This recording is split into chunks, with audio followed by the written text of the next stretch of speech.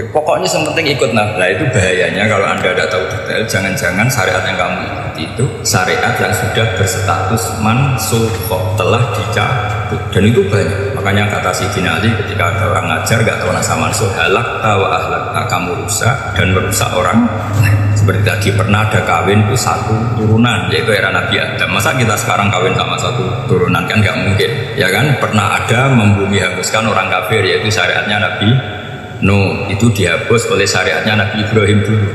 Yaitu Nabi Ibrahim menghentikan apa? Faman tabi'ani fa innahu minni wa man asani fa innaka ghafurur rahim. Ya, kalau orang ikut saya ya Allah ya pasti golongan saya. Kalau yang masih maksiat, masih balelo, saya berharap engkau ampuni. Akhirnya banyak orang kafir tuh. Coba era Rasulullah itu semua orang kafir Mekah itu kafir. Nabi belum wafat itu sudah ada 114.000 mukmin semua. Jadi Nabi menangi mayoritas orang menjadi mukmin dari mayoritas kafir. Yaitu disebut waraitan nasa yadkhuluna fi dinillahi afwan. Andai kan Nabi Muhammad pakai syariatnya Nabi Nuh, bisa nggak mengislamkan orang sebanyak itu? Nggak bisa. Maka ini penting mengenali nasab mansukh. Jadi periode corong Jawa maksud no tuntas. Robila tadar itu pasot tuntas itu menghabisi itu habis di periode Nabi siapa?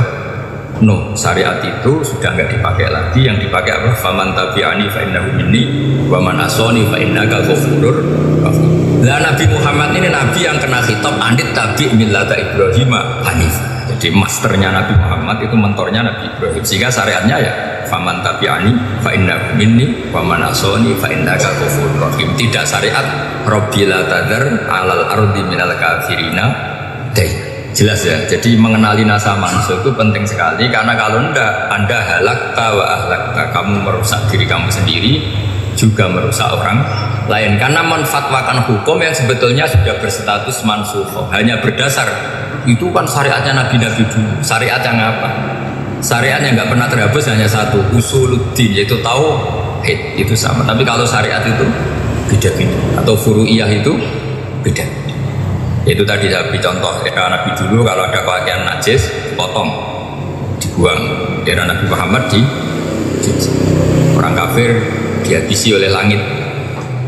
Era Nabi Muhammad nggak boleh, bahkan didoakan Allahumma hdi qaumi fa innahum la ya'lamun. Di Qur'annya apa? Wa inna haddum minal musyrikin astajaraka fa'ajirhu hatta yasma'a kalam wa summa ablihu makna. Jadi kalau ada orang kafir nggak boleh main dihabisin, mereka beri peluang untuk mengkaji kitab Allah hatta yasma'a kalam Allah. Kalau mereka sudah berpeluang ngaji, harus summa ablihu makna, harus dijamin keamanan. Dan karena pada liga bi annahum qaumul la ya'lamun, bagaimanapun mereka memang karena ada. Nah, kenapa tidak tahu? Enggak. Karena tadi mereka tertutup oleh kultur yang beratus-ratus tahun. Babanya mereka menyembah batu, menyembah berhala. Ya tahunya itu ya Tuhan. Bagaimana Anda bisa menjelaskan sesuatu yang sudah beratus-ratus tahun, kan tidak tahu. Maka ada periode dimaklumi apa? Kalau era sampean kan mosok waktu disembah saking gobloknya orang, kamu lahir kan sudah nyembah Allah, tidak nyembah batu. Bayangkan kalau kamu jadi mereka, wong perut kamu saja disuruh makan pizza sakit kok, karena saking lamanya makan sambal kan. Kamu bilang perempuan Indonesia saja cantik, saking lamanya jadi orang Indonesia. Padahal orang Indonesia tanyakan orang Eropa, cantiknya di mana? Kamu lahir di Afrika, bilang orang Afrika itu cantik, tanyakan orang Eropa, cantiknya di mana, hitam gitu kok. Jadi orang itu pasti terkooptasi oleh sekelilingnya. Orang Afrika akan bilang wanita Afrika itu cantik, coba tanyakan orang Eropa, cantik apa enggak? Blas. Orang Eropa yang kulitnya gitu kata orang Eropa indah, kata sampean. Koyok anaknya kebu katanya kulitnya. Jadi orang itu akan terkooptasi oleh sekelilingnya. Bayangkan kalau semua orang nyembah berhala, terus kamu tidak, alasan kamu apa? Kan menentang mayoritas. Dan itu berat. Maka dimaklumi oleh Allah. Dzalika bi annahum qaumul la ya'lamun. Dia menang panjang Allah. Nah, pemakluman ini yang mulai sekarang terkikis. Orang main pukul saja nggak mau ngaji, nggak mau ngaji Quran secara kafah. Jadi fatwanya Islam kafah, tapi ngajinya Quran nggak kafah. Ngambil 1-2 potongan ayat dipakai dalil. Jadi Islamnya inginnya kafah, tapi ngajinya Quran nggak. Nah, kalau kafah ya hafal 30 juz sih. Kalau mau ya kalau mau kafah ya hafal berapa? 30. Makanya saya sering bilang, saya sering dinasihati orang karena belum tahu saya ini hafal Quran. Bapak harusnya Islam itu apa? Kata saya ya dimulai dari konsep Islam itu kafadul apa ya, hafal Quran cara kafah. Jadi ini penting saya utarakan. Bahaya sekali orang mengenali Islam tanpa mengenali nasah. Karena beberapa syariat Nabi sebelum kita itu berstatus mansukh. Terus contoh berikutnya, ini nasah mansukh antar Nabi apa khusus internal Nabi? Antar Nabi aja nggak selesai nih sampai. Contoh yang paling keren mungkin cowok semua senang. Nabi Dawud dulu istrinya berapa? 99. Nah itu kalau masih halal itu kan berarti jenengan punya istri berapa? Oh ya kan ngeri betul. Punya satu aja repotnya gitu apalagi berapa? Punya 99. Terus kamu bilang gini, ini kan syariatnya Nabi Dawud, Nabi kan bisa diikuti. Pernah ada periode di mana seperti itu boleh. Jadi makanya mau tidak mau mengenali nasah mansukh itu harus. Kalau enggak ya kamu masih berkeyakinan boleh beristri berapa? Nah ini penting saya utarakan. Makanya Sayyidina Ali itu kalau ngetes calon mubalek, kira-kira kalau Kemenak dulu inginnya sertifikasi apa? Mubalek. Itu tanyanya gitu. Ta'arifun an-nasa wal mansukh, kamu apa tahu nasah mansukh lah? Jawabnya Sayyidina Ali halak tahu ahlak tak. Kamu orang yang rusak. Karena tadi takutnya ada syariat yang sudah mansukh dipakai. Itu tadi misalnya kita ini tidak umatnya Nabi Nuh, tapi pakai syariat Robbila tadar alal ardi minal kafirina. Terus ketiga begini, misteri manusia ini. Dan ini kita tidak pernah tahu sampai kiamat, tapi ini ilmu harus kita diskusikan. Misalnya saya ini namanya Baharudin. Saya sekarang hidup sampai 2019. Kan hanya Allah yang tahu berapa turunan saya sampai kiamat dan statusnya kayak Donald Trump juga gitu. Donald Trump itu sekarang kafir, tapi kita tidak pernah tahu nanti turunan keberapa ada yang Muslim. Nah turunan yang calon Muslim ini diletakkan di mana kita tidak tahu. Yang jelas kalau kamu bunuh itu katut itu. Artinya gini, logika membiarkan orang kafir itu ya ada logikanya. Logika membunuh karena mereka mau membunuh kita ya ada logika fikihnya, karena kalau kita ada membunuh dibunuh. Makanya semuanya hukum ini terus bergantung al-hukmu yaduru ma'ilatihi wujudan wajib. Di sini terus dipertemukan. Makanya semua nabi itu kalau yang namanya membunuh pasti pas perang saja, karena ini kondisi yang memang pilihannya hanya dua, kalau nggak dibunuh ya membunuh. Ada duel lah itu.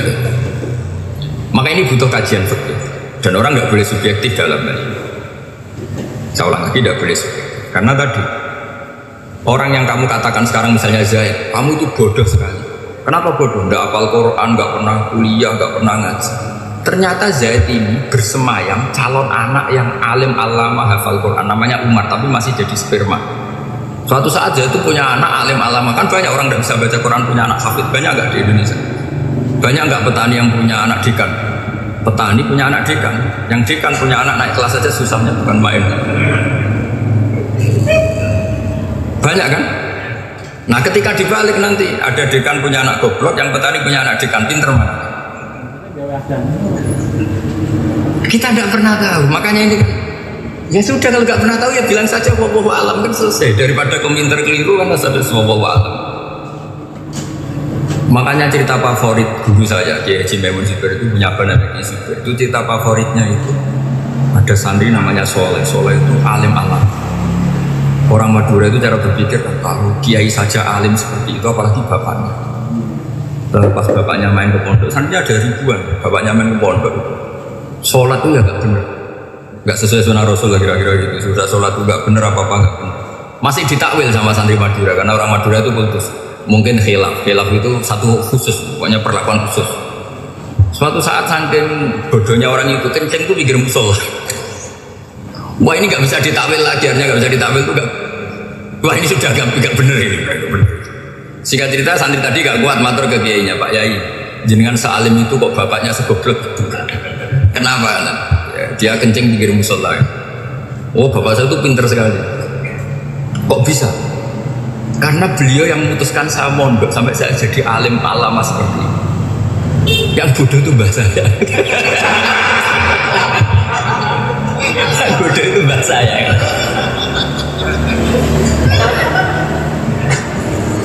Artinya gini, sekarang misalnya Anda dekan atau Anda rektor atau Anda profesor atau Anda kiai top mubalek kondang. Anda mubalek kondang terus punya anak, gobloknya bukan main, atau apalagi anaknya ketangkep KPK. Yang satu anaknya orang bodoh jadi dekan. Kalau kompetisi ini pinter mana? Ada ahli metodologi tapi anaknya tuh terlibat narkoba. Yang ini petani utun, anaknya dekan. Kira-kira kalau dikompetisikan pinter mana? Anaknya pinter petani tadi, yang ketika petani kamu vonis bodoh gitu. Tapi siapa tahu kalau ini menyimpan calon, paham gitu? Kita tidak pernah. Makanya Quran selalu ngajari dalam ilmu sosial wa in adri la Allahu fitnatul lakum wa mata'un ila. Di dalam ilmu sosial itu kita harus jawab tidak tahu. Karena mudah. Makanya saya tadi pagi ngaji di direktorat saya bilang, saya pernah tugas, Gus kamu udah 01 atau 02. Biasa aja, manusia itu makhluk yang paling gak jelas. Sekarang soleh suatu saat bisa saja gak soleh. Yang sedang gak soleh suatu saat soleh. Sesuatu yang mungkin rubah kok kamu fanatik, gimana? Nalarnya gimana? Coba kita tahu dulu, Wahsy itu pembunuh Hamzah, akhirnya mati mukmin ya. Padahal orang yang sangat dibenci Rasulullah karena membunuh Sayyid siapa? Hamzah. Salabah yang tukang itikaf di masjid akhirnya suul. Kita tidak pernah. Nah kalau nggak pernah tahu ya tidak usah terlalu fanatik. Kayak jenengan seneng saya itu ya saya tidak tahu sampai kapan. Saya seneng sampai kapan ya. Kayak suami istri. Pas nikah harmonis bulan sampai kapan berjalan. Yang jelas paling awet itu pasangan jelek itu pasti awet. Makanya jadi guyonan. Pasangan itu jangan baik-baik gak awet kalau jelek. Ternyata maksudnya cantik sama ganteng itu suatu saat pasti jadi jelek. Yang jelek sama jelek pasti jelek terus. Makanya jadi guyonan. Kalau pasangan jelek itu awet katanya. Tapi kalau pasangan baik, ternyata baik wajahnya itu mesti gak awet. Suatu saat pasti jelek. Tapi yang jelek awet. Karena mulai dulu ya jelek sampai itu. Awet jeleknya maksudnya bukan. Ya jelas ya, jadi saya mohon sekali ini ilmu sampai tidak urusan, ini bukan urusan cocok tapi ilmu harus kita dengar bahwa syariatnya para nabi itu yang sifatnya fulliyah, tidak usuliyah, tidak tahu itu potensial bukan. Sehingga mengkaji nasa mansuh itu satu keharusan seorang ulama. Makanya setiap ada syariat nabi hal hadis syariah mu'abbadah mansukhah karena potensi itu ini. Kita tahu dulu semua nabi sholat menghadap Baitul Maqdis. Era Rasulullah dipindah ke Ka'bah. Tapi kalau kamu katakan total Baitul Maqdis ya tidak juga. Nabi Ibrahim mulai dulu madhabnya ke Ka'bah. Tapi kalau Nabi Musa ke Baitul Maqdis. Terus kamu bilang ini 01, 02 ya memang syariat jadi sesuatu yang furu'iyah. Nah, kenapa ini furu'iyah? Jawabannya sederhana. Ketika seseorang menghadap Ka'bah itu menghadap batu apa menghadap Allah? Allah. Ketika menghadap Baitul Maqdis hakikatnya menghadap Allah apa menghadap Baitul Maqdis? Allah. Maka menghadap Ka'bah itu sebenarnya masalah furu'iyah. Yang masalah usuliyah adalah inni wajjahtu wajhiya lilladzi fataras samawati wal ardh. Yang permanen adalah menghadap Allah Subhanahu wa taala. Cuma secara prosedur syariatnya secara zahir menghadap Ka'bah. Maka potensi rubah karena ternyata itu furu'iyah. Untuk kiblatnya itu furu'iyah. Yang permanen adalah menghadap ke Allah Subhanahu wa taala. Ini penting ya. Jadi terus sekarang masih antar nabi apa di internal nabi? Ini sudah mau selesai, sudah habis. Internal. Ini sudah selesai, ini sudah pas. Mohon maaf ya. Oh. Jam ini sudah.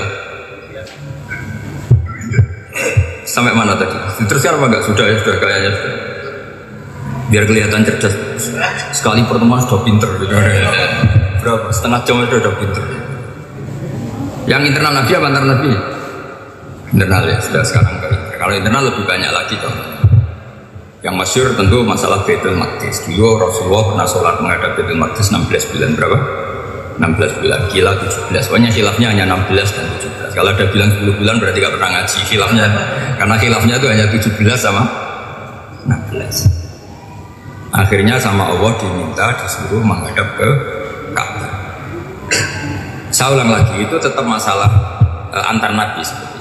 Gini, Makom itu kalau dalam bahasa Arab bukan kuburan. Kalau di Indonesia kan makomnya Sunan Bonang itu kan kuburan. Kalau makom dalam bahasa Arab itu sesuatu yang pernah dipakai singgah, itu namanya apa? Makom. Lalu Rasulullah itu pertama di Medina itu madhep Baitul Maqdis itu 16 bulan. Orang Yahudi senangnya bukan main. Sampai mereka bilang Muhammad tuh gaya-gaya nantok punya agama baru. Tapi kiblatnya ikut kita. Bagus lah anak itu, masih tahu diri kan. Bagus katanya itu masih tahu diri. Jadi senangnya bukan main orang Yahudi. Karena kiblatnya Muhammad sama dengan mereka. Ya tentu mereka jangkar Muhammad, bukan Sayyidina Muhammad atau Rasul Muhammad, karena mereka masih gak iman. Nabi itu ya agak tersiksa karena beliau secara gen turunan Nabi Ibrahim dan kiblatnya Ibrahim itu kan agak tersiksa, tapi sami'na wa ata'na tetap ada di Baitul Maqdis berapa? 16 bulan. Suatu saat Nabi Muhammad itu disuruh madhep Ka'bah. Ini dengerin. Akhirnya madhep ke Ka'bah. Apa yang terjadi? Orang Yahudi komentar gini, Muhammad itu gimana? Dia di perantauan, rindu sama keluarganya. Terus rindunya itu diaplikasikan jadi perilaku agama. Jadi dia madhep Ka'bah dianggap kangen. Kayak saya kan orang Rembang. Rembang itu apanya Jogja? Timurnya apa? Enggak, Jakarta itu mana Jakarta? Barat sana. Ibaratnya saya orang Jakarta, terus merantau di Jogja. Dulu kiblatnya itu menghadap ke timur. Terus ketika madhep ke barat kata sampean, wah itu Pak Dunia kangen apa? Keluarga. Juga kurang ajar orang Yahudi. Jadi orang Yahudi itu memang paling pinter bully. Makanya kalau sampean tukang bully itu ya agak-agak ya enggak. Saya tidak ngomong agak ya pokoknya agak-agak ya. Pinter bully orang Yahudi. Makanya nggak ada orang debat sepinter orang Yahudi. Yang bisa ngalahkan hanya Tuhan itu. Orang Yahudi yang bisa ngalahkan hanya Tuhan. Sayyidina Ali tak orang paling terkenal cerdas. Itu kalau sama orang Yahudi itu pusing. Karena apa logikanya itu? Saya beri sekian contoh. Ada orang Yahudi tanya gini, Muhammad, kalau kambing mati itu yang bunuh siapa? Ya Allah, mati langsung. Agama kamu itu aneh. Yang langsung sentuhan Allah haram, tapi yang lewat tangan-tangan jahil manusia malah halal. Harusnya itu yang halal kan orisinal, langsung Allah yang bunuh. Jadi utaknya itu aneh. Jadi cara berpikir itu aneh. Nah cara sampean, ini kan, nak halal pangan gue. Tapi Nabi kan nggak boleh bertutur kata kasar gue. Kalau yang jadi Nabi saya untalan gue kan gitu. Tapi Nabi kan nggak boleh kasar. Jadi Nabi itu problem karena nggak boleh apa? Kasar. Kalau kita kan gampang, wis nak halal untalan kan selesai. Tapi Nabi nggak boleh kasar gitu. Jadi nak jadi nggak Nabi, sampean tuh kan mau keliru ya pantas, mau apa saja. Karena kan nggak panutan. Kalau Nabi nggak bisa meluruskan kebenaran itu harus tetap sesuai akhlak. Ya, jadi agak kerepotan. Makanya punya Umar alhamdulillah ada yang nggak perlu aturan gitu. Jadi enak. Jadi ya itu memang aturannya harus. Coba Nabi itu perang tapi nggak boleh bunuh. Kayak apa sih? Beliau jadi sasaran tembak tapi nggak boleh bunuh. Harus sahabat kan enak, duel, santai, separuh. Kalau Nabi nggak boleh. Makanya Nabi itu meskipun ikut perang terus gak ada sejarah orang yang dibunuh. Ya hanya satu peristiwa itu pun dibaca orang kafir, ditangkis Nabi, pedangnya kembali ke dia mati. Tapi tidak ada yang Nabi. Karena Nabi kalau pembunuh nanti itu terus kayak pendekar kan susah juga punya Nabi kok. Habis perang misalnya Nabi tanya, Muhammad habis serang berapa? 1000. Ya repot juga punya Nabi mantan apa?